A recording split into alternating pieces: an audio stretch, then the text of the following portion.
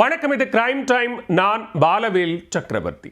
பெங்களூருவில் பண்ணை வீட்டில் தடையை மீறி ரேவ் பார்ட்டியில் குத்தாட்டம் போட்டு எல்லை மீறிய 20 இளம்பெண்கள் உட்பட 31 பேரை போலீசார் கைது செய்தனர்.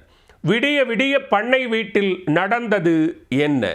பெங்களூருவின் கிழக்கு பகுதியில் அமைந்துள்ள பண்ணை வீடு. விடிய விடிய மதுபோதையில் குத்தாட்டம் போட்ட இளம்பெண்கள், ரேவ் பார்ட்டி என்ற பெயரில் ரவுசு காட்டிய ஐடி ஊழியர்கள் போலீசாரை கண்டதும் போதையில் தப்பியோட முயன்ற சம்பவம் நடந்தது என்ன?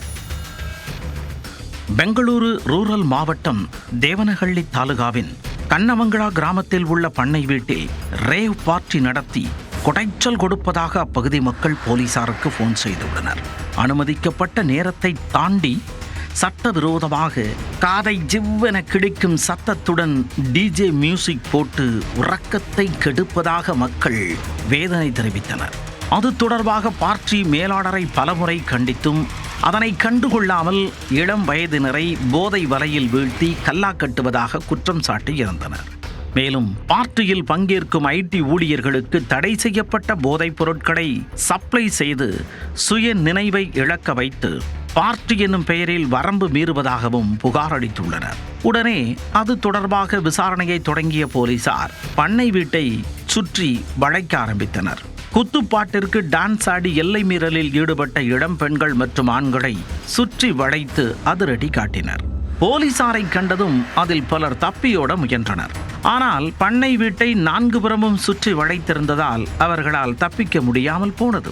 இதனையடுத்து ரேவ் பார்ட்டியில் பங்கேற்று போதை ஏற்றி மயக்கத்தில் இருந்த 20 இளம் பெண்கள் உட்பட 31 பேரை பெங்களூரு போலீசார் கைது செய்தனர். மேலும் பண்ணை வீட்டில் பார்ட்டி ஏற்பாடு செய்திருந்த கும்பலை கூண்டோடு பிடித்தனர். அவர்களை காவல் நிலையம் அழைத்துச் சென்று தீவிர விசாரணை மேற்கொண்டனர். இதனிடையே தனிப்படையினர் பண்ணை வீட்டில் நடத்திய சோதனையில் தடை செய்யப்பட்ட விலை உயர்ந்த வெளிநாட்டு போதைப் பொருட்கள் கைப்பற்றப்பட்டன. அதை பெங்களூருவிற்கு சப்ளை செய்தது யார் என்ற விவரங்களை சேகரித்து வருகின்றனர். ரேவ் பார்ட்டி என்ற பெயரில் விடிய விடிய ஆட்டம் போட்டு போதையில் எல்லை மீறிய 20 பெண்கள் உட்பட 31 பேர் போலீசாரால் கைது செய்யப்பட்டிருப்பது பெங்களூருவில் பெரும் பரபரப்பை ஏற்படுத்தியுள்ளது.